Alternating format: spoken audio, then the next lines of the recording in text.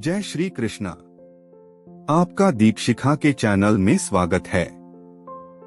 श्रीमद् भगवत गीता अध्याय 3 भाग 8 मयि सर्वाणि कर्माणि सन्न्यस्याध्यात्मचेतसा निराशीर्निर्ममो भूत्वा युध्यस्व विगतज्वरः।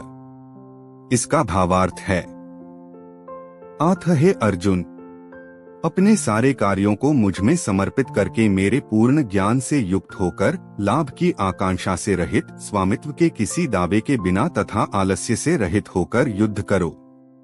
इसका तात्पर्य है, यह श्लोक भगवद गीता के प्रयोजन को स्पष्टतया इंगित करने वाला है। भगवान की शिक्षा है कि स्वधर्म पालन के लिए सैन्य अनुशासन के सदृश पूर्णतया कृष्ण भावना भावित होना आवश्यक है।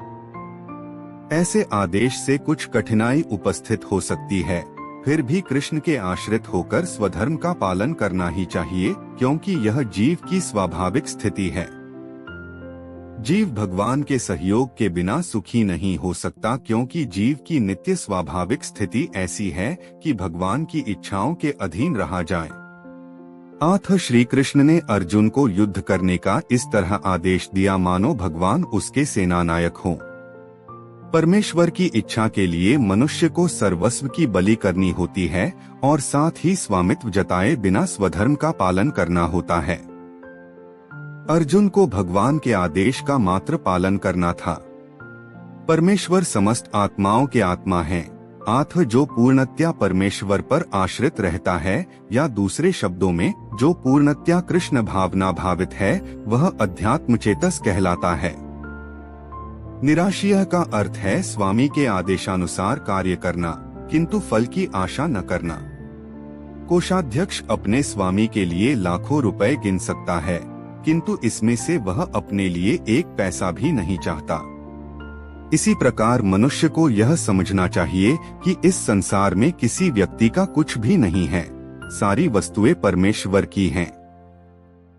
मयि अर्थात मुझमें का वास्तविक तात्पर्य यही है।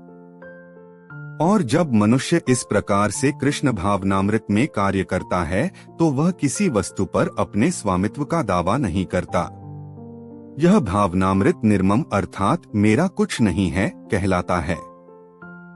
यदि ऐसे कठोर आदेश को, जो शारीरिक संबंध में तथाकथित बंधुत्व भावना से रहित है, पूरा करने में कुछ झिझक हो तो उसे दूर कर देना चाहिए। इस प्रकार मनुष्य विगतज्वर अर्थात ज्वर या आलस्य से रहित हो सकता है। अपने गुण तथा स्थिति के अनुसार प्रत्येक व्यक्ति को विशेष प्रकार का कार्य करना होता है, और ऐसे कर्तव्यों का पालन कृष्ण भावना भावित होकर किया जा सकता है। इससे मुक्ति का मार्ग प्रशस्त हो जाएगा। ये ते मतमिदं नित्यमनुतिष्ठन्ति मानवा है, श्रद्धावंतों सुयंतो मुच्यन्ते तेपि कर्मभिः। इसका भावार्थ है, जो व्यक्ति मेरे आदेशों के अनुसार अपना कर्तव्य करते रहते हैं और ईर्ष्यारहित होकर इस उपदेश का श्रद्धापूर्वक पालन करते हैं, वे सकाम कर्मों के बंधन से मुक्त हो जाते हैं। इसका तात्पर्य है, श्री भगवान कृष्ण का उपदेश समस्त वैदिक ज्ञान का सार है। आथ किसी अपवाद के बिना यह शाश्वत सत्य है। जिस प्रकार वेद शाश्वत हैं, उसी प्रकार कृष्ण भावनामृत का यह सत्य भी शाश्वत है। मनुष्य को चाहिए कि भगवान से ईर्ष्या किए बिना इस आदेश में दृढ़ विश्वास रखे। ऐसे अनेक दार्शनिक हैं जो भगवद गीता पर टीका रचते हैं, किंतु कृष्ण में कोई श्रद्धा नहीं रखते। वे कभी भी सकाम कर्मों के बंधन से मुक्त नहीं हो सकते। किंतु एक सामान्य पुरुष भगवान के इन आदेशों में दृढ़ विश्वास करके कर्मनियम के बंधन से मुक्त हो जाता है, भले ही वह इन आदेशों का ठीक से पालन न कर पाए, किंतु चूंकि मनुष्य इस नियम से रुष्ट नहीं होता और पराजय तथा निराशा का विचार किए बिना निष्ठापूर्वक कार्य करता है, आथ वह विशुद्ध कृष्ण भावनामृत को प्राप्त होता है। ये त्वेतद्भ्यसूयन्तो नानुतिष्ठन्ति में मतम सर्वज्ञान विमूढ़ांस्तान विद्धि नष्टांचेतसः। इसका भावार्थ है, किंतु जो ईर्ष्यावश इन उपदेशों की अपेक्षा करते हैं और इनका पालन नहीं करते, उन्हें समस्त ज्ञान से रहित, दिग्भ्रमित तथा सिद्धि के प्रयासों में नष्टभ्रष्ट समझना चाहिए। इसका तात्पर्य है, यहाँ पर कृष्ण भावना भावित न होने के दोष का स्पष्ट कथन है। जिस प्रकार परम अधिशासी की आज्ञा का उल्लंघन के लिए दंड होता है, उसी प्रकार भगवान के आदेश के प्रति अवज्ञा के लिए भी दंड है। अवज्ञाकारी व्यक्ति चाहे कितना ही बड़ा क्यों न हो, वह शून्य हृदय होने से आत्मा के प्रति तथा परब्रह्म परमात्मा एवं श्री भगवान के प्रति अनभिज्ञ रहता है। अतः ऐसे व्यक्ति से जीवन की सार्थकता की आशा नहीं की जा सकती। सदृशं चेष्टते स्वस्याः प्रकृतेर्ज्ञानवानपि प्रकृति यान्ति भूतानि निग्रह की करिष्यति। इसका भावार्थ है, ज्ञानी पुरुष भी अपनी प्रकृति के अनुसार कार्य करता है, क्योंकि सभी प्राणी तीनों गुणों से प्राप्त अपनी प्रकृति का ही अनुसरण करते हैं। भला दमन से क्या हो सकता है?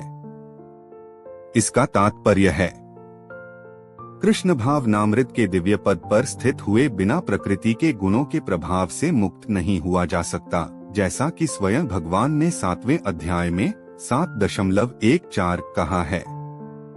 अतः सांसारिक धरातल पर बड़े से बड़े शिक्षित व्यक्ति के लिए केवल सैद्धांतिक ज्ञान से आत्मा को शरीर से पृथक करके माया के बंधन से निकल पाना असंभव है।